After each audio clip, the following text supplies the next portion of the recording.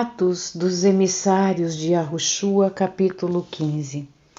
Entretanto, alguns homens desceram de Arrudá para Antioquia e começaram a ensinar aos irmãos: vocês não podem ser salvos a menos que se submetam a Brit Milá, a circuncisão, da forma prescrita por Moshe.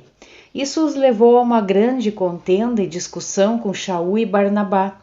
Por isso a congregação designou Shaul, Barnabá e alguns outros para propor esta questão aos emissários e anciãos em Jerusalém. Assim que foram enviados pela congregação, seguiram caminho atravessando a Fenícia e Shomron, contando em detalhes como os não-judeus tinham se voltado para Elohim, e essas notícias trouxeram muita alegria a todos os irmãos. Chegando a Jerusalém, foram bem recebidos pela comunidade messiânica, incluindo os emissários e os anciãos, e eles relataram tudo o que Elohim tinha feito por meio deles. Alguns, porém, dos que chegaram a confiar, eram do partido dos Perushim, dos fariseus. Eles se levantaram e disseram: é necessário circuncidá-los e orientá-los, para que guardem a Torá de Moshe. Os emissários e os anciãos se reuniram para analisar a questão. Depois de um longo debate, Kefa levantou-se e disse-lhes: irmãos, vocês sabem que há muito tempo Elohim me escolheu dentre vocês para ser aquele por cuja boca os goim pudessem ouvir a mensagem das boas novas e confiar.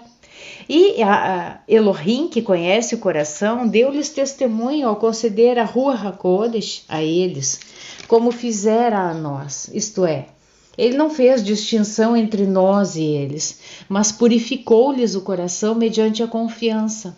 Então, por que vocês estão tentando a Yahweh agora?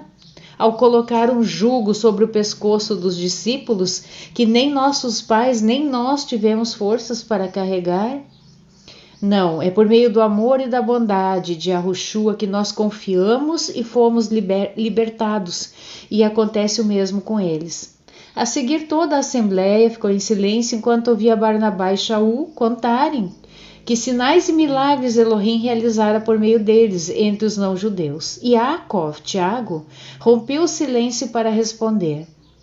Irmãos, ele disse, ouçam o que tenho a dizer. Shimon contou-nos detalhadamente o que Elohim fez ao mostrar seu cuidado ao tomar dentre os goim um povo para levar o seu nome.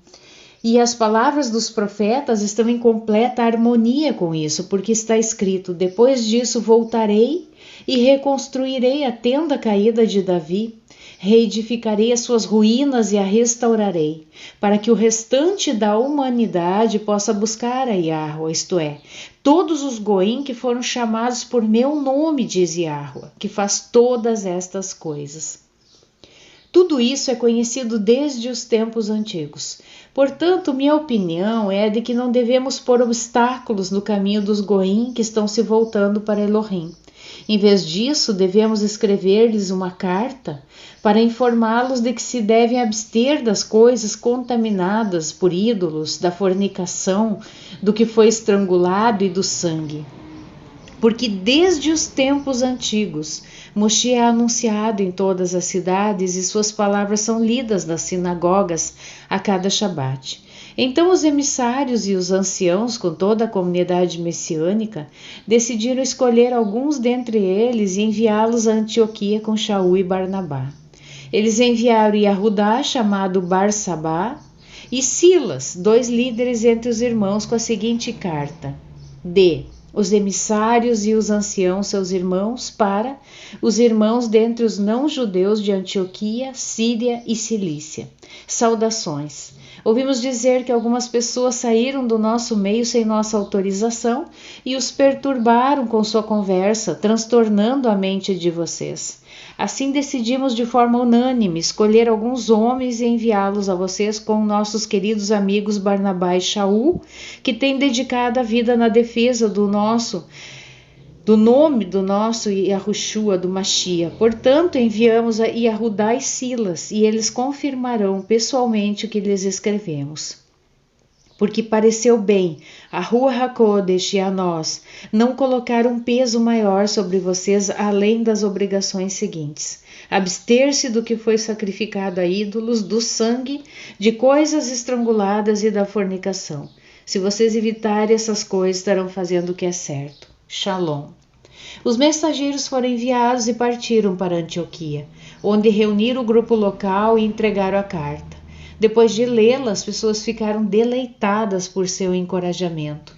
E Arrudá e Silas, que também eram profetas, disseram muitas coisas para encorajar e fortalecer os irmãos. Depois de passarem algum tempo ali, foram enviados com o cumprimento de Shalom, da parte dos irmãos, àqueles que os enviaram. Shaul e Barnabá permaneceram em Antioquia, onde, com muitos outros, ensinavam e anunciavam as boas novas da mensagem a respeito de Yahushua.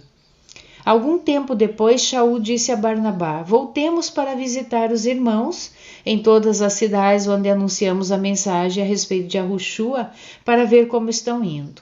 Barnabá queria levar Yohanan, João, também no caso esse é chamado Marcos.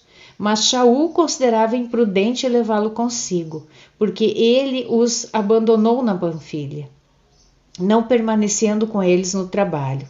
Houve um desentendimento tão profundo sobre isso que eles se separaram. Barnabá levou Marcos consigo, navegando para Chipre. Shaul, porém, escolheu Silas e partiu, depois de os irmãos os terem encomendado ao amor e à bondade de Yahushua.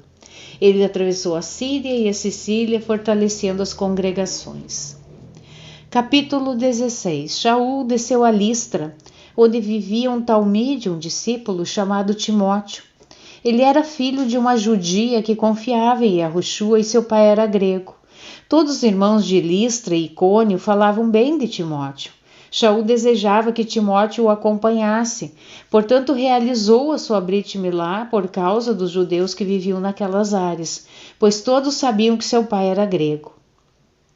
À medida que passavam pelas cidades, entregavam às pessoas as decisões dos emissários e dos anciãos de Jerusalém para que fossem observadas. Assim as congregações eram fortalecidas na fé e cresciam em número a cada dia.